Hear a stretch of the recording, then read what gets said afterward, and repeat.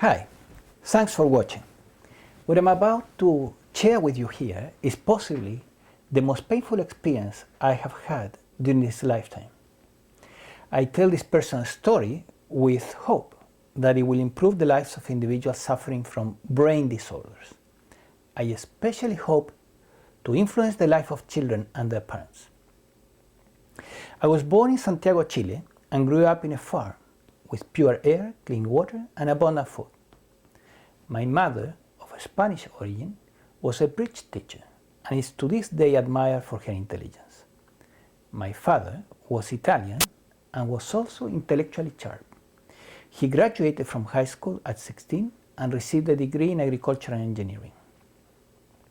So partly due to good genes, but also because of growing up in a healthy environment, I developed a fairly good brain. And when I was 17, in order to attend university, I took the SAT test. As it was customary in Chile, the results were published in the main newspaper of Santiago. I was pleasantly surprised to see that I had obtained one of the highest scores in the country. 725 for math, 796 for verbal abilities. Years later, I learned that SAT numbers correlate with IQ. My SAT numbers were indicative of an IQ of 153 in the 99.97 percentile of the population. So no doubt that at least at that point in time, I had, as a French psychologist put it, a quotes, sexy brain. It was an interesting compliment, since as a nerd I have never felt sexy. But anyway, with those scores, I could choose any university and career I wanted. I decided to study engineering and signed up for the most prestigious engineering school in Chile at that time. For many years I did well in my studies.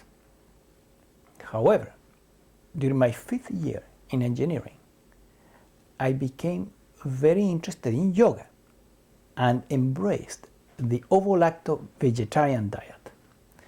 I had grown up eating massive amounts of red meat. After all, my father was also raising cattle. Perhaps I rushed into these changes too quickly, but just a year into my new diet, I began to notice a significant decrease in my concentration. When taking tests at school, I developed a tendency to make one mistake after another, and I couldn't help it. My grades descended, and I even failed a course that my friends passed without problem.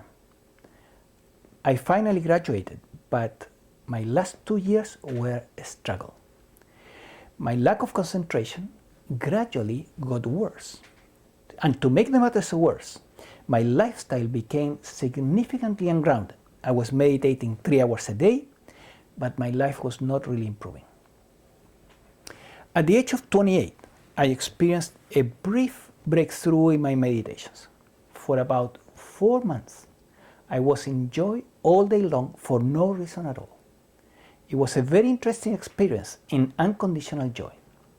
However, it was also a prelude to the worst years of my life.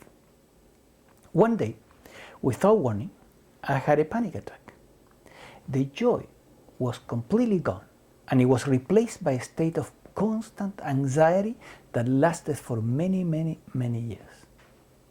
In fact, years later, when I took the Burns anxiety inventory, I scored more than 50 points, which indicates extreme anxiety in this scale.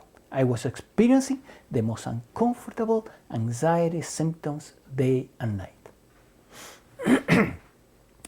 At 30, I'm married, and my wife and I decided to try for a better life in the United States. I always had great admiration and appreciation for this country, so that same day, immediately after the marriage ceremony, we flew to Los Angeles. Upon my arrival in Los Angeles, my anxiety continued and worsened. One of the most painful symptoms was exhaustion. As an immigrant During the first years, I had to do intense physical work. Survival became a very, very painful challenge. I tried introspection, affirmations, more meditation, breathing techniques, every 5 minutes, psychotherapy, but nothing was really helping. I was just barely coping, and when I was 35, I injured myself on a job demolishing walls in a house. At the chiropractor's office, I found a brochure titled "Hypoglycemia Can Create Anxiety." Bingo.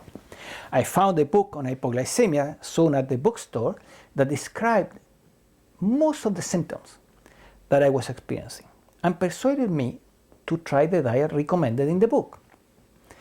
I didn't even have to abandon my vegetarian diet. In 3 days, I felt a new person. I was really surprised at the power of a simple nutritional intervention. So, now that I had more energy, I signed up for a master's degree in psychology, and I began to rebuild my life. In a few years, I obtained the MFT license from the state of California to practice psychotherapy. With the new diet, most of my anxiety symptoms were gone. However, my attention deficit was virtually intact. I took the TOBA test and scored positive. The TOBA test is the most reliable and objective test to diagnose ADD.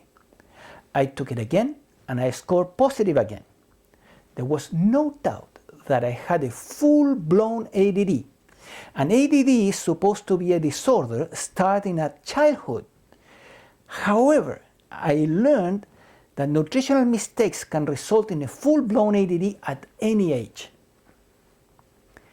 About 6 years ago, a friend of mine, Larry Richardson, an acupuncturist, introduced me to the concept of brain nutrition.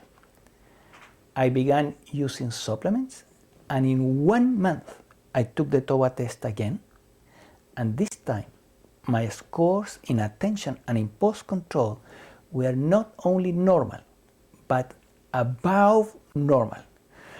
Considerably above normal. The ADD had completely vanished. I continue taking brain supplements every day at maintenance level today. I include fish in my diet and very occasionally poultry and red meat. I work more than 65 hours a week, and the brain I was originally blessed with has completely returned.